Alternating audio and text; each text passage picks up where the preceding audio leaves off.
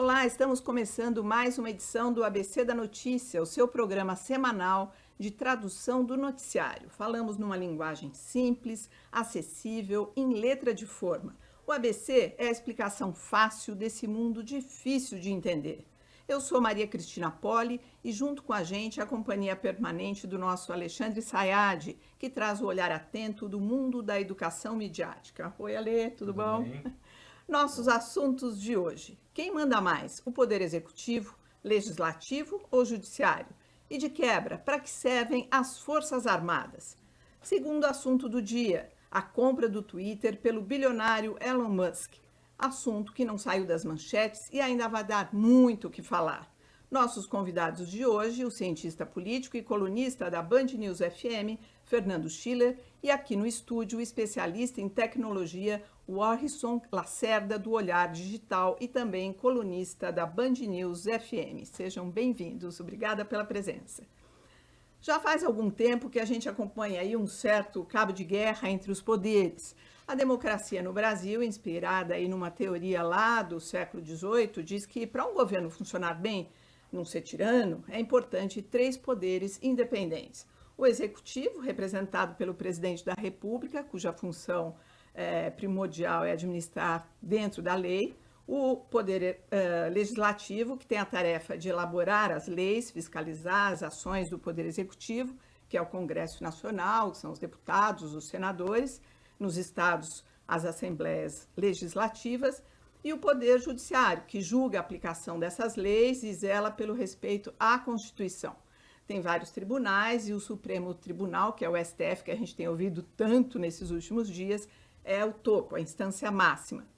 E no meio disso tudo tem um negócio que tem até um nome em inglês que se chama check and balances, que é um sistema de freio. Caso algum desses poderes queira ultrapassar a linha, ir para cima do outro, enfim, passar um pouco do limite, aí entra esse sistema de freio, que no nosso caso é a Constituição de 88.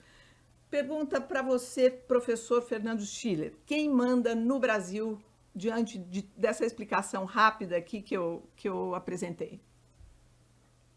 Tudo bem? Olha, prazer falar com vocês, Maria Cristina, o Alexandre, os nossos ouvintes, telespectadores. Olha, vamos para resumir, né? Quer dizer, a democracia liberal, a chamada democracia constitucional, quer dizer, primeiro é uma história de mais de 300 anos, né? Para quem gosta um pouquinho de história, que todo mundo deve ter estudado um pouquinho no colégio, seja no ensino fundamental, no médio ou na faculdade, quer dizer, isso tudo tem como grande momento lá em 1688, quando os ingleses, sempre os ingleses, né, fizeram a famosa Revolução Gloriosa, né, chamada Revolução Inglesa. Na verdade, eles importaram um rei holandês, né, o Guilherme Orange, e fizeram o chamado Bill of Rights, a Carta dos Direitos Ingleses. Ali você tem o início das chamadas democracias constitucionais. Significa tem um poder executivo, na época era o rei, né, hoje em dia é o presidente da República, nós temos uma república, né, mas você tem o parlamento, que é um poder independente, né, eleito também pela sociedade, né, com o progresso da democracia, o voto foi se ampliando, né, o sufrágio foi se ampliando. Então você tem um poder eleito pela sociedade, que é o poder executivo numa república, o poder legislativo também é eleito pela sociedade. Hoje no Brasil, quer dizer, você tem o voto universal, e você tem esse controle, o poder legislativo e o poder executivo. E um terceiro poder, chamado poder judiciário, que é o poder de contenção, quer dizer, ele é o poder que interpreta a lei, que aplica a justiça, né, que aplica nas diversas áreas, diversas instâncias da justiça. Então vamos lá, primeiro dizer para vocês que isso é uma longa história, uma história de 300 anos. A gente não inventou nada no Brasil nos últimos 30 anos. A gente tem a Constituição de 88, né, mas é uma Constituição que vem já na esteira, assim, vem na tradição desse processo todo das democracias constitucionais. Né? Então, tudo isso para dizer o seguinte, Maria Cristina, para responder a tua pergunta, para dizer, ninguém manda em última instância. Quer dizer, toda esta engenharia foi criada, né, depois ela foi muito aperfeiçoada pelos americanos. Quando os americanos fizeram a independência, a gente estuda pouco isso no Brasil, é uma história belíssima. Né? A primeira Constituição americana, quer dizer, aqueles grandes intelectuais, James Madison, Alexander Hamilton, que fizeram a Constituição americana, e eles criaram todo um modelo, e a grande preocupação deles era exatamente o check and balance, os freios e contrapesos, ou seja, você tem um poder judiciário independente, um poder executivo independente, um poder legislativo independente, mas harmônicos. A gente às vezes esquece essa palavrinha, ou seja, são independentes, mas eles harmônicos, né? Eles interagem, eles dialogam, um não invade a competência do outro, quer dizer, então você tem uma você tem uma interação e um. Agora, qual é o objetivo em última instância? Que não haja, que ninguém, digamos assim, subjetivamente comande, ou seja, que nenhum cidadão esteja sob controle de um rei, de um tirano, de um ditador, ou seja, de alguém que detém um poder arbitrário. Quer dizer, tudo deve estar baseado na lei, na Constituição. Ou seja, agora quando a gente está discutindo a tal da crise, a eterna crise brasileira, né? A crise já virou feijão com arroz no Brasil, não é? Quer dizer, toda a discussão é essa, quer dizer, como quem em última instância interpreta a lei, o que a lei diz, não é? Quais são os direitos individuais. Quando a gente discute liberdade de expressão, por exemplo, não é? Quais são os direitos dos cidadãos em termos de expressão das suas ideias, das suas visões de mundo, das suas opiniões políticas, até onde pode ir, né, em termos de ofensa ou não, quer dizer, como é que isso é disciplinado, né? O que não está na Constituição, o que as leis claramente não autorizam ou proíbem, né, o cidadão tem direito, né, no exercício da sua liberdade, né? Então, eu diria assim, para sintetizar, essa estrutura de divisão de poderes é fruto de uma sabedoria moderna, de muitos autores, de muita história, eu diria até de muito derramamento de sangue, se derramou muito sangue, muita guerra antes para se chegar nessa conclusão de que para pacificar uma sociedade onde as pessoas pensam diferente, você teria que ter exatamente essa estrutura institucional de freios e contrapesos, né? Então, para sintetizar, ninguém, no fundo, manda em última instância. Quem manda é a Constituição, as leis, cada um desses poderes cumpre uma função, né? Quer dizer, para que o país funcione. Certo? Então, basicamente, o executivo formula as leis e fiscaliza o executivo tem que tocar o país, política de educação, política de saúde, política econômica, assim por diante, e o judiciário, em tese, pelo menos, ele tem que ficar mais contido na sua posição, né, tornando as leis eficazes, ou seja, né, O legislativo ele também garantindo. fiscaliza o executivo, né? O legislativo Bom, aí, também tem o papel de fiscalizar o executivo. Agora, a nossa democracia, Schiller, ela tem. A gente já teve uma outra Constituição e temos essa de 88. Ela tem falhas na sua avaliação? Quer dizer, quando a gente escolhe, o presidente escolhe, seja ele qual for, né, que está exercendo o poder, ele escolhe os ministros que vão assumindo o Supremo Tribunal Federal, que é essa nossa instância máxima. Isso, de alguma maneira, é uma forma de desvio, quer dizer, na hora que também existem as barganhas ali para escolher o presidente do Senado e da Câmara dos Deputados, onde são feitas as leis, onde são pautadas as leis que vão ser votadas, também tem as negociações, quer dizer, são falhas da nossa democracia. Não estou aqui rotulando o governo em questão, se é esse ou outro. O nosso processo democrático, ele tem falhas? tem muitas falhas, né, Maria Cristina? Então, assim, é evidente, né? Eu acho que, assim, quer dizer, eu diria assim, o grande problema brasileiro hoje, em grande medida, é o que a gente chama de interferências, né, de um poder sobre o outro. Né? Obviamente que numa democracia as pessoas têm visões diferentes sobre isso. Né?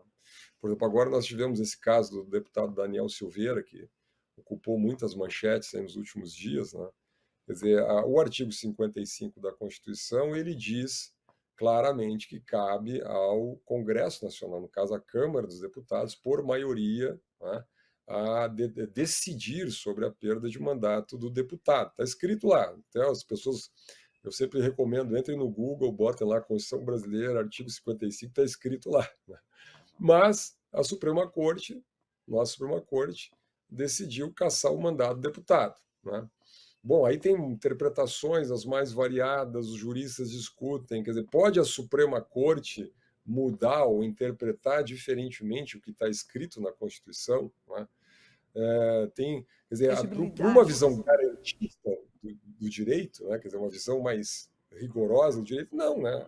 O Constituinte, quando fez a Constituição, colocou lá que cabe ao Congresso Nacional, à Câmara dos Deputados, decidir sobre o mandato, né? Assim, tem muitos casos, por exemplo, reeleição para presidentes da mesa da Câmara e do Senado. Lembro que há tempos atrás, estava o Rodrigo Maia ainda na presidência, o senador Alcolumbre, houve a proposição ao Supremo de que pudesse haver a recondução, a reeleição. 4 ministros do Supremo votaram a favor da reeleição, só que na Constituição está escrito vedada a reeleição. Então eu me ponho na situação do inelegível ou não também, né? Que é uma outra vertente aí, um outro braço desse assunto. Ele pode ser inelegível ou não pode, né? Quer dizer, são interpretações da lei, né? Mas eu diria assim, são interpretações. Agora, a pergunta que eu deixo aqui para reflexão, porque eu acho que aqui na Band a gente gosta de dizer assim, o ouvinte, o telespectador é adulto, é maduro, ele tem que fazer a sua reflexão. O cidadão, e é bom na democracia que isso aconteça. Então, eu não sou dono da verdade, ninguém é dono da verdade. Mas vamos lá, se está escrito na Constituição que não pode ter reeleição, está escrito na Constituição que o mandato tem que ser decidido pela Câmara, será que isso pode ser mudado? Será que a Suprema Corte está acima da própria Constituição? Então, são questões, e não é desse governo. Isso, no processo de impeachment da ex-presidente Dilma, por exemplo, nós tínhamos lá o ministro Lewandowski dirigindo os trabalhos pelo Supremo, mas o ministro Lewandowski e o próprio Congresso decidiram não suspender os direitos políticos da ex-presidente Dilma, a inelegibilidade chamada, por 8 anos, sendo que a Constituição determina que em processo de impeachment, independente de quem seja o presidente, isso aconteceu com o Collor de Mello também, não possa ocupar funções públicas por 8 anos. Né? Então, o cidadão, eu me ponho de novo, Maria Cristina, no lugar do cidadão, quer dizer, como é que o cidadão pensa isso? Tem uma lei, a lei está decidida, está escrito na Constituição, é a Constituição cidadã, lembro como o ministro, aliás, o Ulisses Guimarães, né, ex-presidente da Câmara, falava, e não é cumprido. Então, nós temos problema assim, na democracia brasileira. Na minha opinião, o grande problema é que a gente, às vezes, não leva a própria Constituição suficientemente a sério. Nosso livro máximo das leis. Agora, a gente falou aí dos 3 poderes e tem um outro braço nesse universo do nosso Brasil, que é as Forças Armadas, que também teve aí no olho do furacão do noticiário essa semana. E a gente vai ver um trechinho da entrevista, do diálogo que teve o Luiz Roberto Barroso, ministro do STF, com os alunos lá na Alemanha. E aí a gente volta aqui para falar mais sobre o papel das Forças Armadas. O que faz as Forças Armadas, afinal? Portanto, é preciso ter atenção para esse retrocesso cucaracha de voltar à tradição latino-americana de botar exército envolvido com política. É uma péssima mistura para a democracia, é uma péssima mistura para as Forças Armadas, e eu tenho fé de que as lideranças militares saberão conter esse risco de contaminação indesejável que levaram à ruína da Venezuela. Aconteceu na Venezuela, jogar as Forças Armadas no varejo da política e contaminá-las com todas as vicissitudes do varejo da política, da corrupção ao empreguismo, e hoje a Venezuela é uma ruína, é um desastre humanitário. Olha, eu quero só chamar a atenção que esse é um trecho do depoimento do ministro com os alunos lá na Alemanha. Foi um depoimento longo, eu vi aí o noticiário ao longo da semana, aqui na Band, em outros veículos, e cada um pega um trecho e os debates são variados, e o nosso aqui, eu só estou chamando a atenção para isso, a gente nem vai entrar na questão do que disse ou não o ministro, porque aqui a nossa questão é o que faz as Forças Armadas, mas eu só quero fazer esse alerta, que dentro do universo da educação midiática é isso, a gente tem que ficar tomando cuidado com o trecho que você pega para não sair interpretando, certo, professor Alexandre? Não, certo, não sou professor, mas está certo. Então, as Forças Armadas, pelo que eu fui lá, fui boa aluna, fui lá ver na Constituição, as Forças Armadas não é um organismo independente. Ela está ali a serviço, ela é uma prestadora de serviço para os poderes. Não é isso, professor Schiller? Ela está a serviço Claro. dos poderes. Ela não é independente, ela está ali a serviço de um dos poderes. Ela, inclusive, em primeiríssima instância, orientada pelo presidente da República. Existe alguma dúvida nesse momento com relação a isso? A gente tem um ambiente que deixa essa dúvida pairando no ar no Brasil? Olha, eu acho que foi interessante colocar esse trecho do ministro Barroso, pessoa pelo qual eu tenho o maior respeito e admiração pelo seu trabalho, pela sua inteligência, mas é um exemplo, na minha visão, do que o ministro da Suprema Corte não deve fazer, quer dizer, que é uma afirmação política, não é? Uma afirmação, primeiro uma suspeita, joga uma suspeita no ar sobre uma instituição extremamente respeitável no Brasil, que são as Forças Armadas. Acho que as Forças Armadas brasileiras cometeram muitos erros lá no passado, 64, por exemplo, foi, na minha visão, um grande erro, né? Para dizer o mínimo, quando se terminou com a democracia no Brasil no golpe militar. Mas vamos lá, no processo todo pós-redemocratização, quer dizer, as Forças Armadas vêm desempenhando um papel muito importante na vida brasileira, né? Então, jogar uma suspeita como essa de que as Forças Armadas estão sendo instrumentalizadas, eu acho muito equivocado. Isso acaba abalando exatamente esse equilíbrio dos poderes, esta frieza, essa distância, esse cuidado que a gente tem que ter, exatamente no aspecto da harmonia entre os poderes, não é? Eu diria até um certo tipo de bom senso, porque existem valores não escritos numa república, numa democracia, né? O bom senso, o equilíbrio, são as chamadas normas sociais, como existe numa família, como existe numa empresa, como existe numa cidade. Quer dizer, nem tudo são normas escritas, existem normas de convivência, de equilíbrio, etc. Quando você faz uma acusação como essa, ainda mais sem mostrar nenhuma prova, né, nenhuma documentação de que as Forças Armadas estão sendo instrumentalizadas, eu acho muito, muito ruim para a democracia como um todo no Brasil. Né? Então, assim, o Brasil é um país constitucional, as Forças Armadas, desde a redemocratização, vêm se preservando o seu papel. Nós temos o Ministério da Defesa, que exatamente foi criado para fazer uma coordenação de todas as forças. Então, você não tinha, antigamente tinha o ministro do Exército, da Marinha, da Aeronáutica, você tem o ministro da Defesa, não necessariamente deve ser um general, um militar, um almirante, enfim, ele pode ser um civil, várias vezes foi um civil, né? E as Forças Armadas hoje cumprem um papel constitucional, um papel institucional, é um papel técnico, fundamentalmente técnico, né? Que um general ou que um militar possa ir para a reserva, né, e ocupar uma função. Por exemplo, você tem o ministro Ramos, a gente várias vezes entrevistou aqui na Band, né? Ele foi para a reserva. O ministro general Heleno, que é um ministro também lá do Palácio Planalto, que é ministro secretário da presidência, ele também foi para a reserva. Então, um oficial pode ir para a reserva e cumprir uma função, ou ser convocado para assumir alguma posição no executivo. Né? Qual que é esse papel técnico que você se refere? Bom, o papel técnico das Forças Armadas, bom, aí, ó, tem as funções constitucionais que estão na Constituição, quer dizer, a defesa da soberania nacional, a defesa territorial, quer dizer, que esse é o papel mais importante, né? Então, o Brasil é um elemento fundamental da soberania de qualquer país, você ter umas Forças Armadas estruturadas, né? Guarnecer fronteiras, quer dizer, e ela tem também, cumpre uma função institucional no país, né?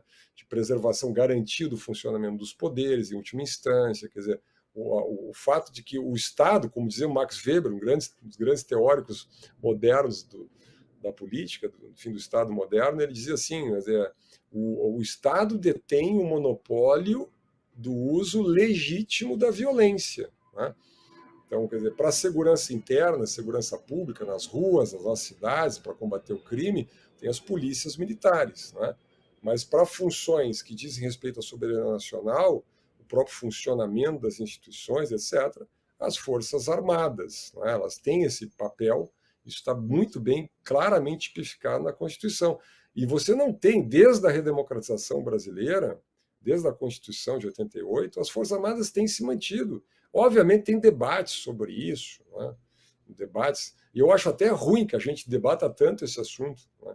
Porque às vezes se confunde a presença de pessoas oriundas, profissionais oriundos das Forças Armadas ocupando funções aqui e ali, né, com a instituição das Forças Armadas. Olha, só para dar um caso, né, que quando nós entrevistamos o general Ramos, que é ministro de Estado, foi ministro da Casa Civil aqui na Band, eu perguntei para ele, ministro, como é que é essa questão? O senhor deixa de ser um general da ativa, passa a reserva, o senhor continua com contato? Ele disse, olha, não tenho mais contato institucional, a não ser o contato institucional como ministro de Estado. Né?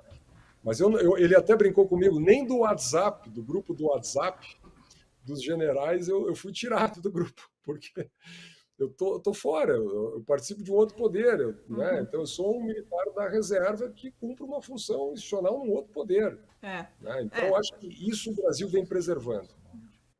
Lembrando só que os militares também nos desastres naturais são eles que se enterram no meio da lama, eles vão para missão de paz, enfim, é porque nos últimos tempos os militares acabaram também se confundindo aí em alguns papéis e acabou mexendo um pouco com a imagem dos militares, mas eu concordo com você que eles têm uma imagem a ser preservada que está lá na Constituição de novo. Agora é a hora de falar sobre a compra da rede social Twitter pelo bilionário Elon Musk e o que isso tem a ver com eleições, liberdade de expressão e muito mais. Eu gostaria então, para começar, de fazer uma rodada rápida de primeira impressão sobre esse negócio e esse novo dono. O Twitter sempre foi um lugar infestado aí de robôs e contas falsas, e o Elon Musk diz que vai mudar essas regras de moderação, com a autenticação de usuários, etc. Vocês, assim, bem bate-pronto essa pergunta, e depois a gente se aprofunda. Vocês estão otimistas com o pouco que vocês ouviram ele falar? Watson, começando por você, que você é convidado. Não muito otimista, viu, Maria Cristina, porque a verdade é que os planos do Elon Musk ainda não estão muito claros. Eu acho que, na verdade, nem ele mesmo tem toda essa clareza para dizer se ele vai ser capaz mesmo de melhorar esse ambiente que hoje é um ambiente tóxico, como você mesma disse, né? O Twitter hoje é um ambiente tóxico e não dá para ter certeza se esse ambiente vai evoluir positivamente a partir do momento em que o Elon Musk tomar posse definitivamente do Twitter, né? Que é bom a gente lembrar. Isso só vai acontecer lá para o final do ano, né? Não mudou nada por enquanto no Twitter. Alexandre Sayad. A primeira movimento assim na história de um grande empresário que adquiriu um veículo de comunicação, talvez de uma área que não fosse a dele, foi quando Bezos comprou o Washington Post. Foi muito marcante. O Jeff Bezos comprou o jornal Washington Post, né? Porque quem é o Jeff Bezos? Ele com a Amazon na mão, né? Com toda o grande mascate digital que a gente tinha aí nas redes, de repente adquire uma empresa de informação, né? Ele tinha lá um olhar de distribuição mesmo, em cima da informação, né? Agora, o Elon Musk, ele vem com uma retórica, Cristina, que é já há um tempo, que aproveitando até a presença do Fernando aqui é interessante, ele se diz um absolutista da liberdade de expressão, né? O que, pelo próprio conceito de liberdade de expressão, enquanto um direito universal, que nasce lá na Carta das Nações Unidas em 47, 48, ele não é um direito absoluto.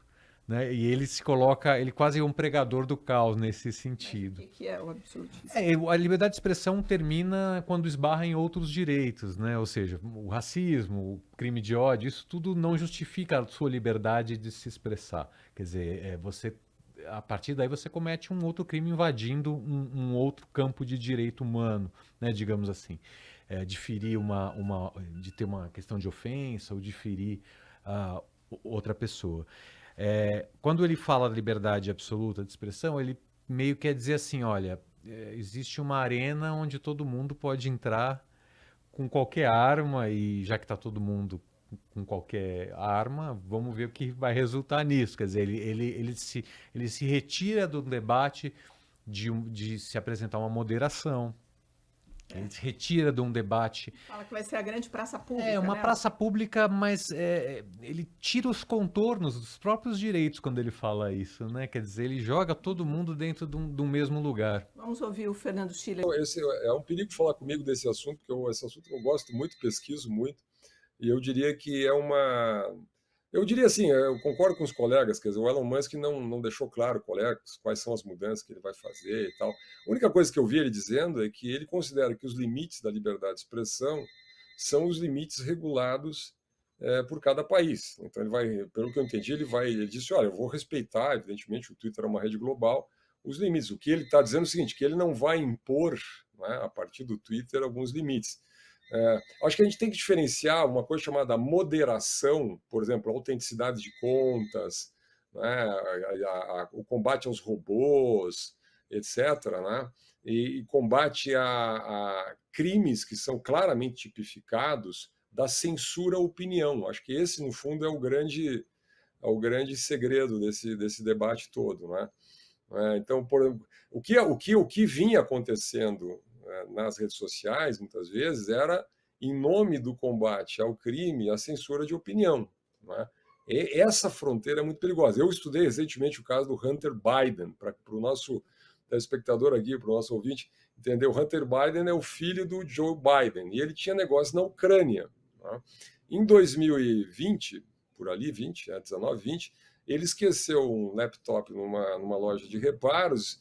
Enfim, o dono da loja revelou esses e-mails, acabou virando uma matéria no New York Post, um jornal americano, e o Twitter e o Facebook resolveram diminuir ou encolher ou evitar, impedir a difusão daquela matéria. Então, imagina o seguinte, sai uma matéria no jornal, era antes das eleições americanas, poderia prejudicar eventualmente a campanha do Joe Biden, né, que está disputando contra o Trump.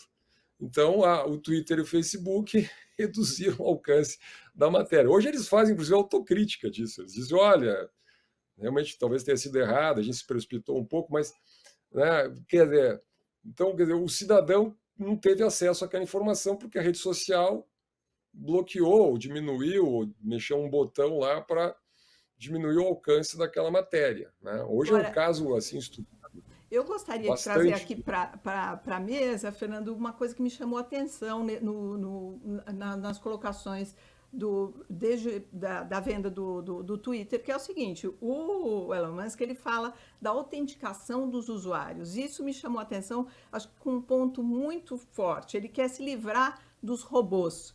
E isso, para mim, assim, como observadora, né, como consumidora de notícias, é uma coisa muito importante, porque quando você certifica, você aumenta o ambiente de credibilidade. Por quê? Você acaba com os robôs e você fala, você quer falar, você quer dizer o que pensa e tal, você pode, mas você se identifica, você diz quem você é. Isso é muito positivo. Isso é muito positivo, mas isso precisa ser acompanhado, né? E aí falando de um ponto de vista apenas de tecnologia, né? Isso precisa ser acompanhado talvez de uma mudança no próprio algoritmo do Facebook, do Twitter, né? Porque o que acontece? Essa noção que o Elon Musk está defendendo de ser uma praça pública, né? O problema é que normalmente hoje, como os algoritmos funcionam, eles recompensam quem nessa praça pública grita mais alto, né? E não necessariamente quem grita mais alto é quem representa melhor qualquer boa prática ou qualquer boa ideia, né? Normalmente quem grita mais alto é só o mais radical, né? Normalmente é daí que vem o discurso de ódio, daí é que vem a fake news, né? E essas coisas todas, que quase sempre são muito negativas, acabam tendo uma reverberação muito maior nas redes sociais porque os algoritmos são desenhados justamente para dar mais impulso a esse tipo de comportamento. Então, Morrison, mas ele quer também abrir esse mapa da mina dos algoritmos. Vocês devem ter visto isso. Ele quer dar a receita do bolo, que é uma coisa incrível, porque na hora que você abre esse mapa, você diz, olha como os algoritmos vão funcionar, né? Eu acho que o Ale pode até explicar melhor o que são os algoritmos para o nosso ouvinte. E aí, de novo, você vem para cá, pode gritar alto, mas você fala o seu nome. Né? Ele está empregado, ele tem ido num caminho que os especialistas têm chamado de transparência algorítmica, né? Você deixar o algoritmo mais transparente. O algoritmo é uma receita Isso equivale a uma receita de bolo, né, Warson, que o site ou o aplicativo segue em termos processuais para fazer o que faz, né? Você deixar essa receita mais transparente, você vai entender onde ele vai dar mais peso, em que mensagem ele vai dar mais peso, etc, etc, né? O fato é que mesmo um sistema de certificação, como ele propõe, com o desenvolvimento da inteligência artificial, ele se torna cada vez mais difícil também de funcionar 100%, né? E aí, puxando o que o Fernando Schiller traz, a gente está sempre caminhando, mais uma vez, nessa linha tênue entre o que é liberdade de expressão e o que, ou de opinião, ou de expressão, e o que não é, né? Quer dizer, geralmente o que tem sido usado como um elemento factível de se medir presença de robôs no Twitter tem sido o grau de interação dos perfis, porque os robôs, eles interagem pouco, eles criam, mas eles não interagem. E esse aumento recente que tem tido as contas do governo em termos de robôs tem a ver com... Eles perceberam que, na verdade, são contas que não interagem. Então, muito provavelmente, são contas criadas, são bots. Né? Aí esse é um mecanismo que você começa a buscar um controle. Eu não sei até que ponto a gente tem tecnologia para desenvolver um reconhecimento tão perfeito quanto ele acredita que vai ser possível, né? E aí, falando um pouquinho dessa questão da receita de bolo, né, do algoritmo, né, hoje, na verdade, já existe uma rede social, quer dizer, não é exatamente uma rede social, mas existe uma solução que talvez alguns dos nossos ouvintes até já conheçam, chamada Mastodon, né?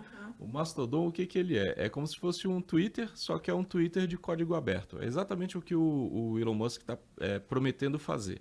Já foi feito, né? Já existe um Twitter de código aberto, né? Chamado Mastodon, que inclusive qualquer um de nós aí que tiver um pouquinho de conhecimento de tecnologia pode ir lá pegar esse código e criar o seu próprio Twitter, né? Tem até uma experiência muito interessante feita em Portugal. Um desenvolvedor foi lá e criou vários Twitters, né? E está ganhando dinheiro com isso, inclusive, né? Só que aí o que aconteceu? Teve um pessoal lá na Itália, pegou e criou uma rede super preconceituosa, super cheia de problemas ali, usando essa solução dele. O que ele fez? Ele foi e baniu esse pessoal, porque ele falou, olha, tudo bem, a minha solução funciona, ela é aberta, é código aberto, mas vocês criaram uma coisa que eu não quero aqui, vocês estão banidos, vocês podem pegar os seus dados, os seus usuários e ir para outro lugar. Então, o que muito provavelmente se especula, né, tá todo mundo especulando nesse momento, né, que pode ser que aconteça com essa nova versão, entre aspas, do Twitter do Elon Musk, é alguma coisa parecida com isso, que ele abra o código de maneira que todos nós possamos criar um Twitter à nossa feição e semelhança, mas que aí você possa ter esse tipo de atitude, né? Que assim, puxa, você está sendo contra o que eu acho que não é legal, então, portanto, você pode pegar os seus dados e os seus usuários e tocar com a sua banda em outro lugar, que é o que já está acontecendo lá com essa experiência em Portugal. Eu acho que tem um ponto, Poli, que eu acho que está sendo pouco falado nesse debate do Twitter. Orson, você pode até me complementar com relação a isso, que na verdade ele comprou o maior banco de dados de comportamento do mundo, né? Quer dizer, existe uma quantidade infernal de informações lá. E isso... Quer dizer, a privacidade de dados é um debate que está sendo pouco falado nessa compra do Twitter, né? Na verdade, a gente vendeu os nossos comportamentos, nossas opiniões. O Twitter vendeu a nossa informação junto com a venda do próprio aplicativo, né? E há uma tendência nesse caminho que o Orson trouxe de aplicativos também que sejam descentralizados em termos de informação. Né? Ou seja, eles não mantêm a informação do usuário num servidor, mas mantém numa federação, na verdade chamam de federalizados até, eles mantêm na federação de computadores, eles mantêm local, no seu computador, as informações e parte daquela informação só vai para a rede. Esse é um caminho alternativo e todas as redes sociais de hoje já têm espelhadas redes semelhantes federalizadas. Então você já tem você tem um Facebook federalizado, você tem, que são concorrentes, que armazenam os dados de maneira diferente, para que não sejam compartilhados com big techs ou com grandes companhias. Né? Agora, eu estava vendo que ele, com a retirada dos robôs, tem um encolhimento de 40 milhões de cliques. Quer dizer, ele tira, na medida que ele deixa de ser uma empresa de capital aberto, né, que está na bolsa de valores, que isso vale dinheiro, ele tem que prestar contas, né, de quanto que está girando e tal, ele vai perder no primeiro momento isso, né, porque ele é o único dono, só ele pode fazer isso, porque ele é o único dono. Então, ele perde esses cliques para poder dar essa nova cara para essa empresa. Mas é engraçado, o que me pegou foi essa questão da identificação, porque é uma rede social que ela tem essa característica de viver, ter esses movimentos que vivem à sombra, de movimentos que você estava dizendo, que o que grita mais alto, o agressivo, violento. Você vê que teve, da segunda-feira, quando foi anunciada a compra, para cá, teve 65, só no Brasil foi identificado 65 mil novos bots, novos robôs, sendo que 61.262, não, foram 61.262 só de segunda-feira para cá, por isso que eles acham que são robôs. Porque, na verdade, se aproveitaram da onda toda do noticiário, né, para dizer, olha, nós estávamos sendo censurados, nós estávamos sendo perseguidos, e agora as coisas mudaram e agora nós estamos livres. Mas, na verdade, não mudou nada por enquanto, né? É importante dizer isso. Não mudou nada. O Elon Musk nem assumiu o Twitter, não mudou nada por enquanto. Levantaram a possibilidade de ser orgânico. Esse crescimento. E tudo indica que não é orgânico, que são bots mesmo. Por que vocês acham que o cofundador, né, que é o Jack Dorsey, ele festejou a venda? Quer dizer, a saída do Twitter de Wall Street. Só falando com o Schiller, se você quiser falar alguma coisa, participar, já que você está online, fica mais difícil, só dar um sinal. Então, voltando aqui, por que vocês acham que o Jack Dorsey comemorou, o cofundador do Twitter, quer dizer, dos inventores do Twitter? Eu tenho dois motivos. Quer dizer, ele encheu o bolso de dinheiro, até eu que sou mais boba, e o outro motivo? O primeiro quase $1 bilhão, né, que entrou na conta dele por conta dessa movimentação. O segundo é que o Jack Dorsey, de certa maneira, sempre defendeu uma visão parecida com a do Elon Musk para o Twitter. Nos primórdios, o Twitter era uma rede social que dividia a sua interface dos dados, tentando traduzir o que é isso, né? Lá no começo, o Twitter você podia fazer o seguinte, você ia lá na sua loja de aplicativos do seu celular e baixava um aplicativo, por exemplo, chamado TweetDeck, né? O que era o TweetDeck? Era um jeito que você usava para organizar os seus tweets do jeito que você quisesse. Então, você não precisava baixar o aplicativo do Twitter. Você tinha vários outros aplicativos que você organizava o Twitter do seu jeito. O que esses aplicativos faziam? Eles iam lá no banco de dados do Twitter, liam as informações e exibiam essas informações do seu jeito. O Jack Dorsey, esse cofundador, ele sempre defendeu que o Twitter nunca deveria ter deixado de ser isso, um grande banco de dados, que foi o que o Alexandre disse, que foi isso que eles venderam, né? Um grande banco de dados com o comportamento de todos os usuários. O que o Elon Musk está dizendo, basicamente, é que talvez o Twitter volte a ser isso, um grande banco de dados dissociado, né, desconectado dessa interface. E pode ser que a partir daí o que o Elon Musk faça? Passe a vender assinaturas, por exemplo, passe a vender a possibilidade de que haja criação de outras interfaces. Então, por exemplo, se você não quiser usar o Twitter com o aplicativo do Twitter, você pode usar o Twitter com outro aplicativo.